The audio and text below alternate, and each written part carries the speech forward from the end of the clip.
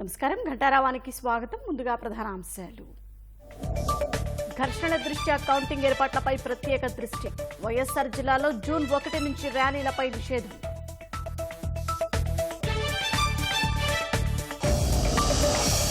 పోలీసుల అండతోనే పిన్నెల్లి సోదరులు రెచ్చిపోయారన్న తెలుగుదేశం. వివాదాస్పద వ్యాఖ్యలు చేసినా పట్టించుకోలేదని వీడియోల ప్రదర్శన.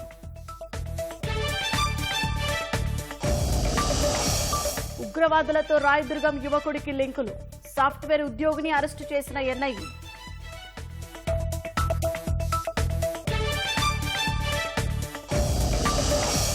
కర్నూలు జిల్లాలో కర్ణాటక పోలీసుల సోదాలు. 2 కోట్ల విలువైన 45 కిలోల గంజాయి స్వాధీనం.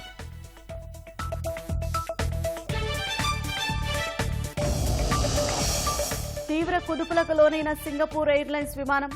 1 మృతి, 30 మంది ప్రయాణికులకు గాయాలు.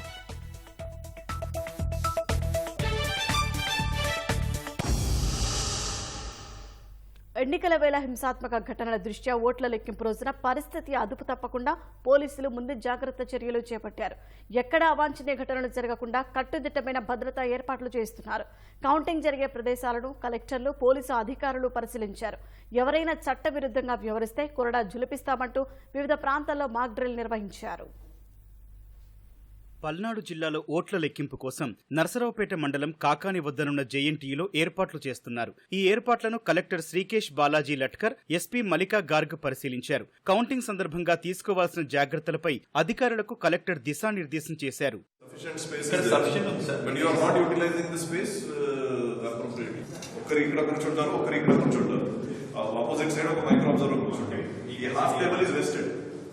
మీరు స్పేస్ లేదు అని అందరూ మనం గోలా చేస్తున్నాం. ఉన్న స్పేస్ కి మీరు సరిగా వాడట్లేదు. వైఎస్ఆర్ జిల్లా కమలాపురంలో కౌంటింగ్ బందోబస్తుపై ఎస్పీ సిద్ధార్థ్ కౌశల్ పోలీసులతో సమీక్ష నిర్వహించారు.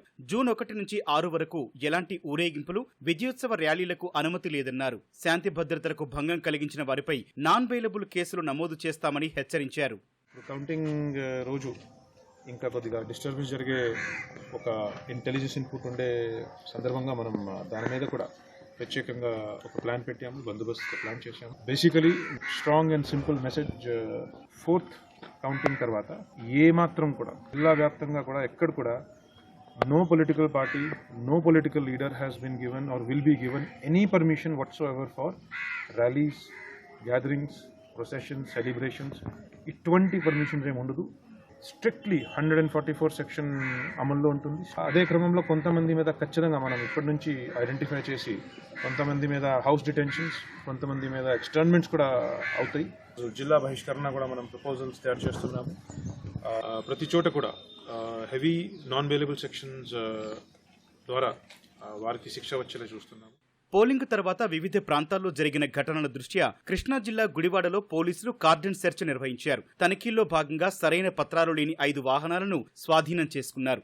ఎన్టీఆర్ జిల్లా మైలవరం తారకరామ నగర్లో పోలీసులు కార్డన్ సెర్చ్ నిర్వహించి సరైన పత్రాలు లేని బైక్లను సీజ్ చేశారు. నందిగామ డీవీఆర్ కాలనీలో 500 ఇళ్లలో పోలీసులు సోదాలు చేశారు. సరైన పత్రాలు లేని 22 ఆటోలు, 27 బైక్లను స్వాధీనం చేసుకున్నారు. అనుమానాస్పదంగా ఉన్న 72 మందికి ఐరిష్ పరీక్షలు నిర్వహించారు. ప్రకాశం జిల్లా కనిగిరి బస్టాండ్ కోడలిలో పోలీసులు మాక్ డ్రిల్ నిర్వహించారు. అల్లర్లకు పాల్పడుతున్న వారిని చెదరగొట్టడం, లాఠీచార్జిలో గాయపడిన వారిని ఆసుపత్రికి తరలించడం వంటివి కళ్లకు కట్టినట్టు ప్రదర్శించారు. జూన్ 4వ తేదీన హింసలకు పాల్పడినా, ప్రేరేపించినా కఠిన చర్యలు తప్పవని పోలీసు అధికారులు హెచ్చరించారు.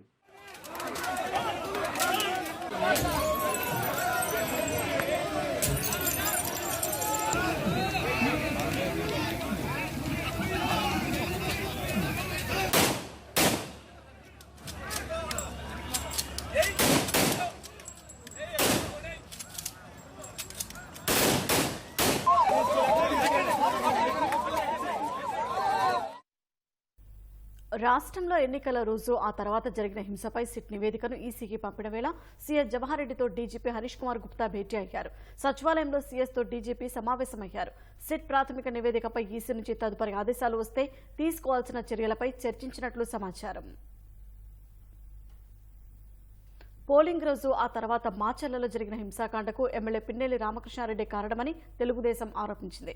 దాదాపు 70 మందిపై పాశవిక దాడులు చేయించిన పిన్నెల్లి బ్రదర్స్పై కఠిన చర్యలు తీసుకోవాలని తెలుగుదేశం నేతలు డిమాండ్ చేశారు. దాడులను కట్టడి చేయడంలో పోలీసులు విఫలమయ్యారని మండిపడ్డారు.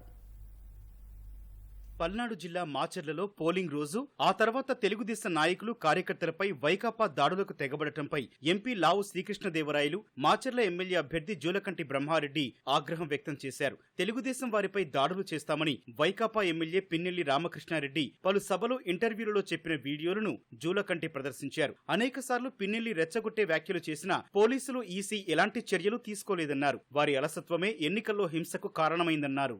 ఎన్నికల రోజున ఎన్నికల అనంతరం వైసీపీ కుట్రలు దాడులు ఒక పథకం ప్రకారం జరిగాయి. ముఖ్యంగా పిన్నెల్లి రామకృష్ణారెడ్డి అతని తమ్ముడు ముందుగానే అనేక సందర్భాల్లో వాళ్ళు వేదికల మీద పబ్లిక్ మీటింగుల్లో ఏ విధంగా మాట్లాడారనేది మీరు గమనించాలి.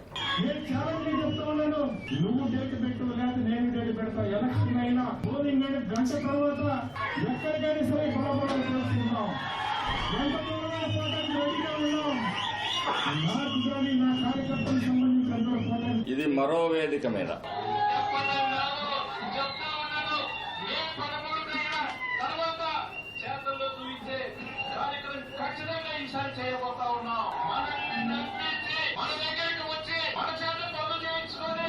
మనతోటి కాకుండా కూడా కొంతమంది మనల్ని మోసం చేసిన నాయకులు ఉన్నారు. వాళ్ళని కూడా ఏ ఒక్కరిని కూడా వదిలిపెట్టి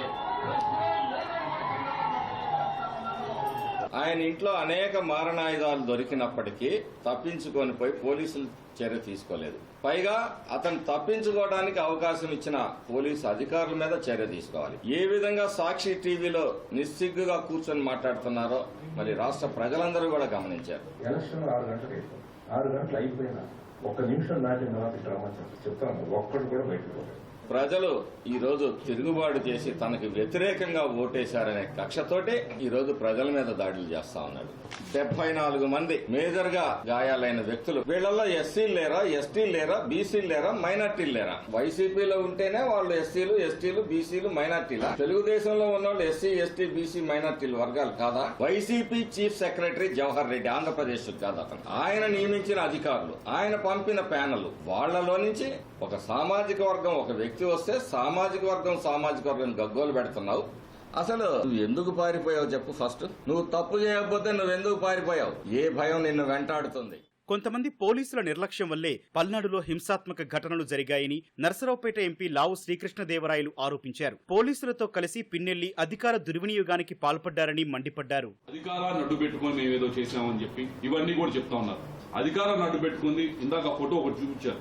ఏదైతే బర్త్డే పార్టీలో ఇది అధికారం నడ్డు పెట్టుకోవడం. 3 సిఐలు, 3 ఎస్ఐలు, హోంగార్డ్ ఈ విధంగా అధికారాన్ని నడ్డు పెట్టుకుంది. మేము ఛాలెంజ్ చేస్తా ఉన్నాం. మా ఫోన్లు డేటా తీసుకోండి, అన్ని తీసుకోండి, సిట్టింగ్ జడ్జితో కూడా చేయించండి. ఏ విధంగా అయినా మా వైపు నుంచి ఏ అధికారికైనా చేయని ప్రలోభ పెట్టినట్టు మా వైపు నుంచి ఉంటే we're ready to face any action. ఆ రోజు వైలెన్స్ జరిగింది అంటే ముఖ్యమైన కారణం కింద పోలీసు ఎవరైతే ఉన్నారో చాలా చోట్ల ఫోన్లు చేసిన మా కార్యకర్తలు, నాయకులు ఇదిగోండి ఇక్కడ ఇబ్బంది అవుతామని ఫోన్ చేసినా కానీ కనీసం చాలా చోట్ల రెస్పాన్స్ రాలేదు. 150 పోలింగ్ స్టేషన్స్ లో ఇబ్బందికరమైన పరిస్థితి ఉంటుందని చెప్పిన తర్వాత కూడా ఎందుకని పోలీస్ స్టేషన్ 150లో దాదాపు 120 పోలీస్ స్టేషన్ లో ఎందుకని ఒకే కానిస్టేబుల్ పెట్టారు? ఎక్కడ బందోబస్తు ఫెయిల్ అయింది? దీని గురించి సిట్ విచారణ చేయాలి, లోతుగా వెళ్లాలి. ఎవరన్నా పోలీస్ ఆఫీసర్స్ దీంట్లో ఇన్వాల్వ్ అయి ఉంటే తప్పకుండా వారిపైన సివియర్ యాక్షన్ తీసుకోవాలని చెప్పి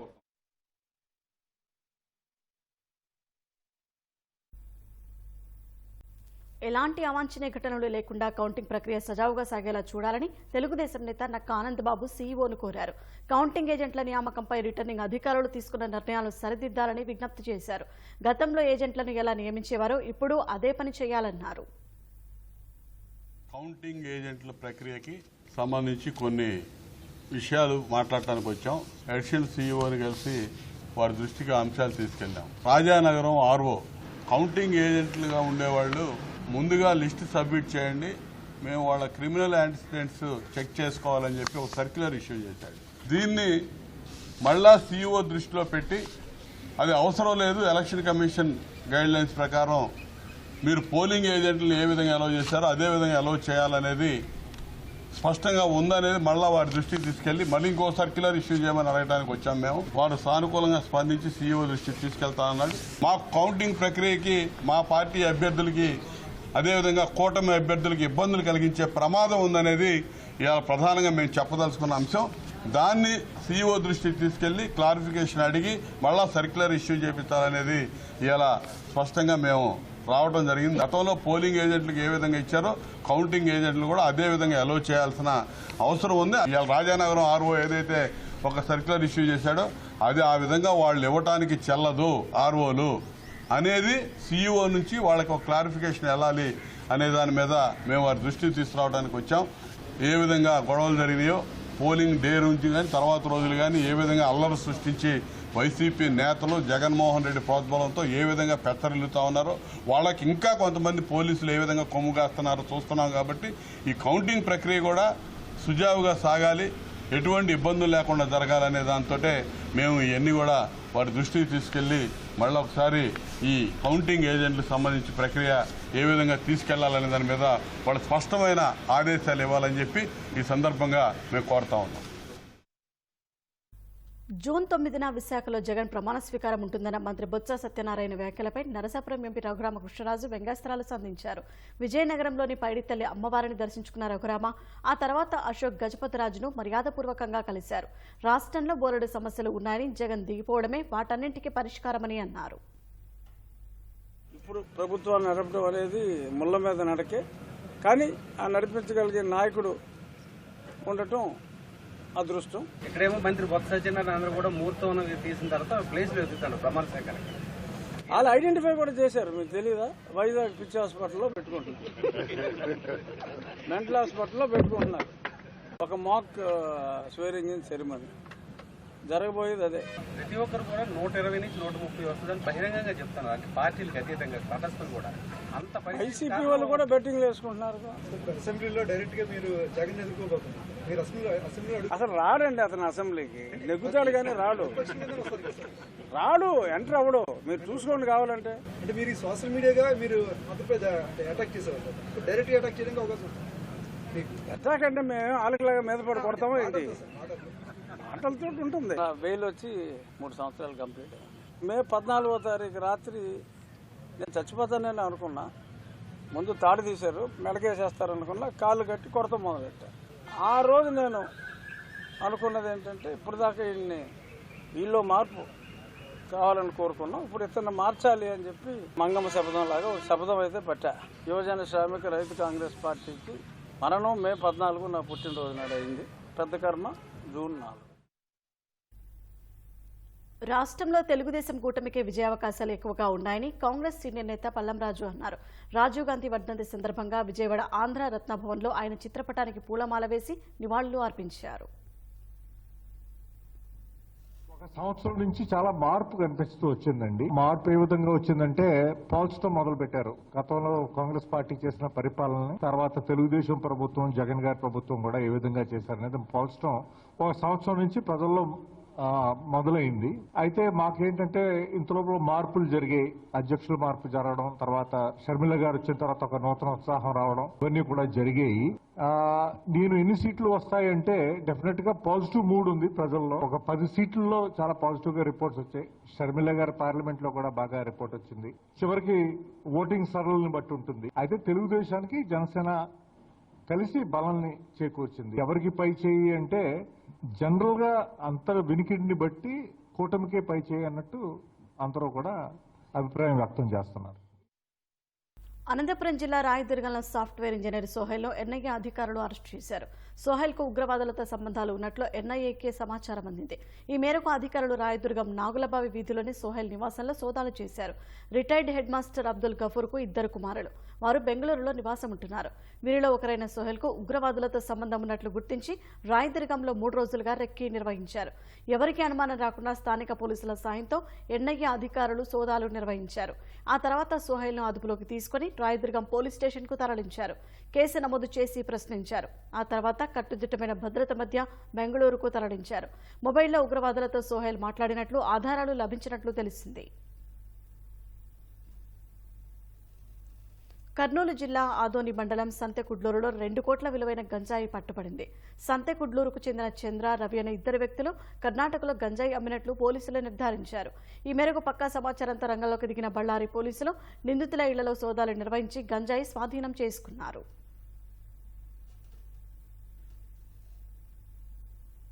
అవినీతి బుజ్జగింపు రాజకీయాలు చేస్తూ సనాతన వ్యతిరేకుల పక్షాన నిలుస్తున్న ఇండియా కూటమికి ఈ ఎన్నికల్లో గట్టి దెబ్బ తగులుతుందని ప్రధాని మోదీ అన్నారు. బీహార్లోని తూర్పు చంపారణ్లో నిర్వహించిన ఎన్నికల ప్రచార సభలో ప్రధాని పాల్గొన్నారు. కాంగ్రెస్ అగ్రనేత రాహుల్ గాంధీ, సమాజ్వాదీ పార్టీ అధ్యక్షుడు అఖిలేష్ యాదవ్, ఆర్జేడీ నేత తేజస్వి యాదవ్ పై పరోక్షంగా విమర్శలు గుప్పించారు. వెండి చెంచాలతో పుట్టిన వారికి కష్టం విలువ తెలియదన్నారు. ఇండియా కూటమి పాపాలతో దేశం ముందుకు సాగదన్నారు. అంబేద్కర్ లేకపోయి ఉంటే మాజీ ప్రధాని నెహ్రూ ఎస్సీ ఎస్టీలకు రిజర్వేషన్లు కల్పించేవారు కాదని మోదీ ఆరోపించారు. భాజపా అమలు చేస్తున్న సంక్షేమ పథకాలను ప్రతిపక్షాలు విమర్శించడంపై మోదీ మండిపడ్డారు. స్విస్ బ్యాంకుల నోట్ల కట్టలున్న వారికి సామాన్య ప్రజల పరిస్థితి అర్థం కాదన్నారు. कांग्रेस और उसके साथियों ने मिलकर देश के 60 साल बर्बाद कर दिए, 3-3, 4-4 पीढ़ियों का जीवन तबाह कर दिया, गरीब और गरीब होता रहा।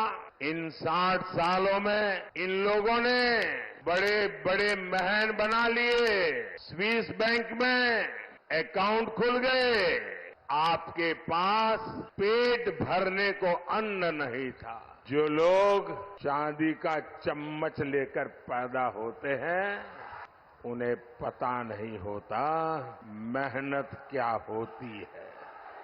मैंने सुना है कि यहां कोई घूम घूम कर कह रहा है कि 4 जून के बाद मोदी को बेड रेस्ट होगा। मैं तो परमात्मा से प्रार्थना करता हूं, मैं तो यही कामना करता हूं, मोदी तो क्या देश के किसी भी नागरिक के जीवन में बेड रेस्ट की नौबत नहीं आनी चाहिए। देश का हर नागरिक ऊर्जा से भरा हुआ हो, उत्सव भरी जिंदगी जीता हो।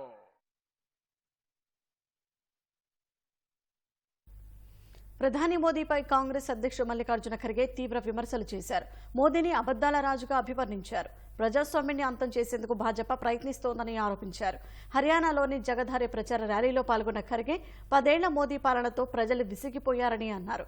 ఈ సందర్భంగా కొందరు మోదీ అనుకూల నినాదాలు చేయడంతో ఆయన అసత్యాల రాజు అని విమర్శించారు. అయినా అలాగే నినాదాలు చేస్తే చేసేదేమీ లేదని ఖర్గే వ్యాఖ్యానించారు. తాను మోదీకి వ్యతిరేకం కాదని, కేవలం ఆయన భావజాలానికి మాత్రమే వ్యతిరేకమని చెప్పారు. తను స్మార్ట్ అని మోదీ అనుకుంటున్నా దేశ ప్రజలు ఆయన కంటే స్మార్ట్ అని అభిప్రాయపడ్డారు. ఈ ఎన్నికలు ప్రజలకు మోదీకి మధ్య పోరాటమన్నారు.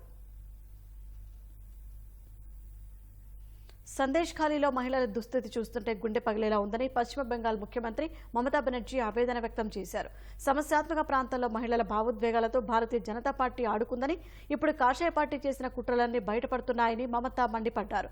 బసీర్ ఘాట్లో జరిగిన ఎన్నికల సభలో పాల్గొన్న మమతా ప్రధాని మోదీ ప్రభుత్వంపై తీవ్ర విమర్శలు గుప్పించారు. సందేశ్ ఖాళీ బాధితురాలు భాజపా అభ్యర్థి రేఖా పాత్రతో ప్రధాని ఫోన్లో మాట్లాడారని దీదీ తప్పుపట్టారు. భాజపా పాలనలో మహిళల భద్రత ప్రమాదంలో పడిందని మమతా ఆరోపించారు. సందేశ్ ఖాళీలోని మహిళలు అవమానానికి గురైనందున చింతిస్తున్నారని, తన హృదయం బాధతో నిండిపోయిందని, మహిళల గౌరవంతో ఎవరు ఆడుకోకూడదని మమత అన్నారు. భాజపా కుట్రలు ఎలా పన్నుతుందో ఇప్పటికే బహిర్గతమైన వీడియోలతో ప్రజలకు అర్థమైందని మమత అన్నారు.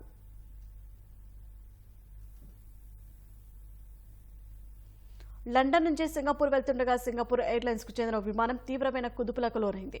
ఈ ఘటనలో ఒకరు మృతి చెందగా 30 మంది ప్రయాణికులకు గాయాలయ్యాయి. విమానాన్ని బ్యాంకాక్ లో అత్యవసరంగా ల్యాండింగ్ చేశారు. కుదుపులకు గురైన బోయింగ్ విమానం 777 అని సింగపూర్ ఎయిర్లైన్స్ ప్రకటనలో తెలిపింది. ఘటన సమయంలో విమానంలో 211 మంది ప్రయాణికులు, 18 మంది సిబ్బంది ఉన్నారని పేర్కొంది. బాధిత కుటుంబానికి సానుభూతి తెలియజేసిన సింగపూర్ ఎయిర్లైన్స్ ప్రయాణికులకు అవసరమైన వైద్య సాయం అందించేందుకు థాయిలాండ్ అధికారులతో కలిసి పనిచేస్తున్నట్లు వెల్లడించింది. పరిస్థితిని పర్యవేక్షించేందుకు బృందాన్ని బ్యాంకాక్ పంపుతున్నట్లు ప్రకటించింది.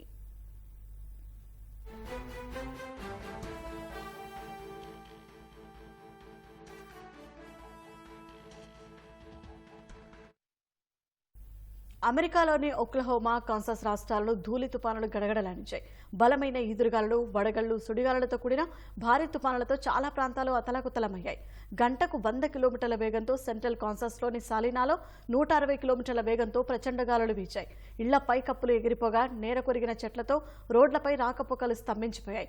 విద్యుత్ తీగలు తెగి వేలాడటంతో విద్యుత్ సరఫరా నిలిచిపోయింది.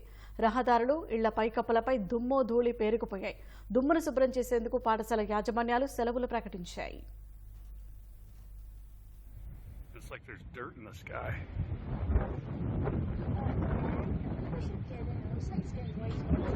I don't know what this is, but it just looks like there's a tornado coming straight at me. Literally. Weird. It's like coming over us. It's dirty. It's like there's a tornado right there. We're all gonna die. It looks